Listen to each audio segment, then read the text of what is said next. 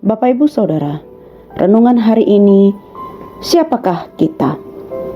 Bacaan firman Tuhan, Galatia 4 ayat 21 hingga 31 demikian. Katakanlah kepadaku, hai kamu yang mau hidup di bawah hukum Taurat, tidakkah kamu mendengarkan hukum Taurat? Bukankah ada tertulis bahwa Abraham mempunyai 2 anak, seorang dari perempuan yang menjadi hambanya dan seorang dari perempuan yang merdeka? Tetapi anak dari perempuan yang menjadi hambanya itu diperanakkan menurut daging, dan anak dari perempuan yang merdeka itu oleh karena janji. Ini adalah suatu kiasan, sebab kedua perempuan itu adalah kedua ketentuan Allah. Yang satu berasal dari gunung Sinai dan melahirkan anak-anak perhambaan, itulah Hagar. Hagar ialah gunung Sinai di tanah Arab, dan ia sama dengan Yerusalem yang sekarang, karena ia hidup dalam perhambaan dengan anak-anaknya. Tetapi Yerusalem surgawi adalah perempuan yang merdeka, ialah ibu kita. Karena ada tertulis, bersukacitalah hai si mandul yang tidak pernah melahirkan.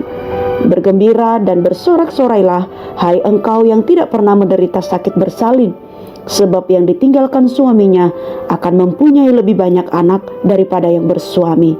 Dan kamu saudara-saudara, kamu sama seperti Ishak adalah anak-anak janji. Tetapi seperti dahulu, dia yang diperanakkan menurut daging menganiaya yang diperanakkan menurut roh.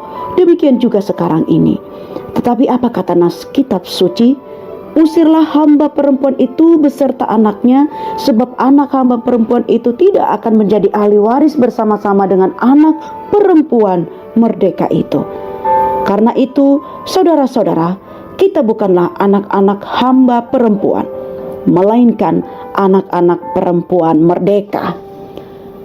Kalau ada yang bertanya demikian kepada Bapak, Ibu, dan Saudara, siapakah kita? Mungkin jawabannya, saya orang Indonesia. Saya jemaat di GSRI Tomang. Saya anak dari Bapak, Ibu, siapa misalnya. Bapak, Ibu, Saudara, biasanya kita dikenal dari apa yang bisa kita tampilkan atau tunjukkan, atau dari ciri khas diri kita. Pada bacaan tadi, Paulus memberikan gambaran perbedaan antara orang merdeka dan orang atau yang disebut sebagai hamba.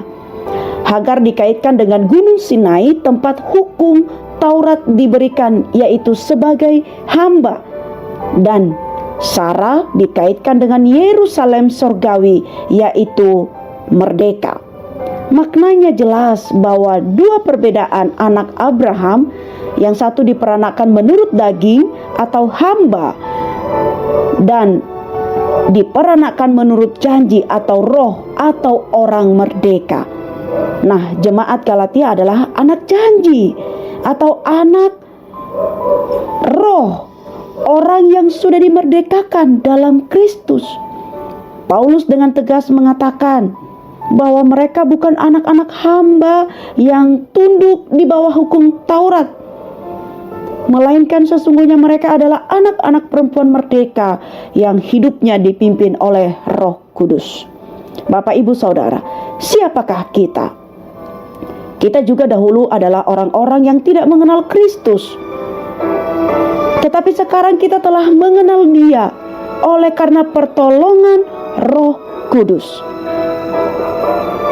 Mari hidup setiap hari sebagaimana orang-orang merdeka di dalam Kristus, sebagai anak-anak Allah yang hidupnya mau dituntun hanya oleh Roh Kudus. Tuhan Yesus memberkati.